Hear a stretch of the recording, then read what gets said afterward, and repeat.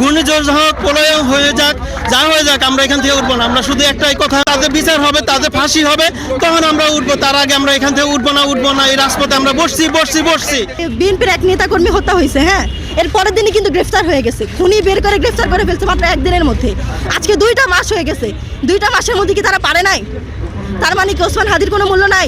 বড় বড় মাথা আছে দেখাই এই সরকার কিছু করতে পারে না। আমরা কালকে থেকে অবস্থান নিছি, যখন আমাদের জাবের ভাই ডাক দিছে যে আমাদের হাদি হত্যার বিচার হচ্ছে না, আমরা পারছি না।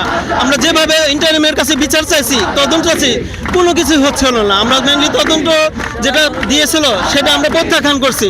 এখন প্রত্যাখ্যানের পরে আমাদের দাবি হয়েছে জাতিসংঘের তত্ত্বাবধানে এটা সুষ্ঠু সুন্দর একটা তদন্ত হবে এবং এই আমাদের ভাই হাদি হত্যার যে হত্যাকারী তার সহ এবং তার পেছনে যারা ছিল সবার নাম প্রকাশ করবে এবং তদন্ত যে প্রতিবেদনটা হবে সব জনসম্মুখে আমাদের প্রচার করতে হবে। আমরা সবাই জানবো এর পিছনে কে ছিল। 2 বছর দিলে এরা পারবে না। আমাদের শুধু বিচার লাগবে। এবার এই বিচার যেহেতু তারা করতে পারেনি, তারা পারবেও না।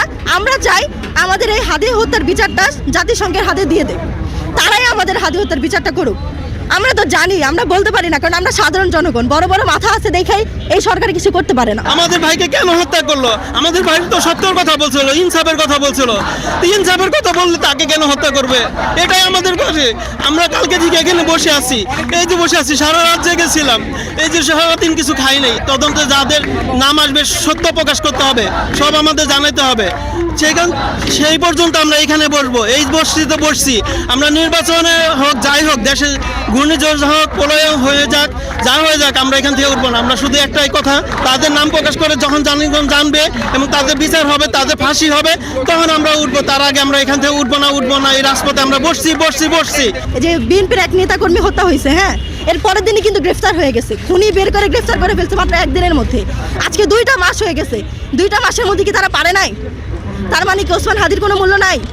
উনি কি চাইছে? উনি নিজের জন্য কি কিছু করছে? নিজের জন্য তো করেনি। উনি করছে কার জন্য? আমাদের জন্যই করছে। আমাদের জন্যই, দেশের জন্যই উনি ইনসাফ চাইছে। ইনসাফ চাওয়ার এই ওনার অপরাধ। আমাদের দাবি একটাই, এই হাদি হত্যার বিচারটা জাতিসংঘের হাতে দিয়ে দেওয়া হোক, জাতিসংঘের তত্ত্বাবধানে দেওয়া হোক। আমাদের বিচার লাগবে। আমাদের আর কিছু করার নেই, কিছু দরকার নেই। কারণ আমাদের হাদি তার নিজের কোনো ব্যক্তিগত জন্য এখানে শহীদ হয়নি, তার নিজের কোনো ব্যক্তিগত চাওয়া নিয়ে বা কোনো কিছু নিয়ে এখানে আসে নাই। সে আমাদের জন্যই নামছে, আমাদের জন্যই সে শহীদ হয়েছে। তো আমরা চাই এর বিচার হোক।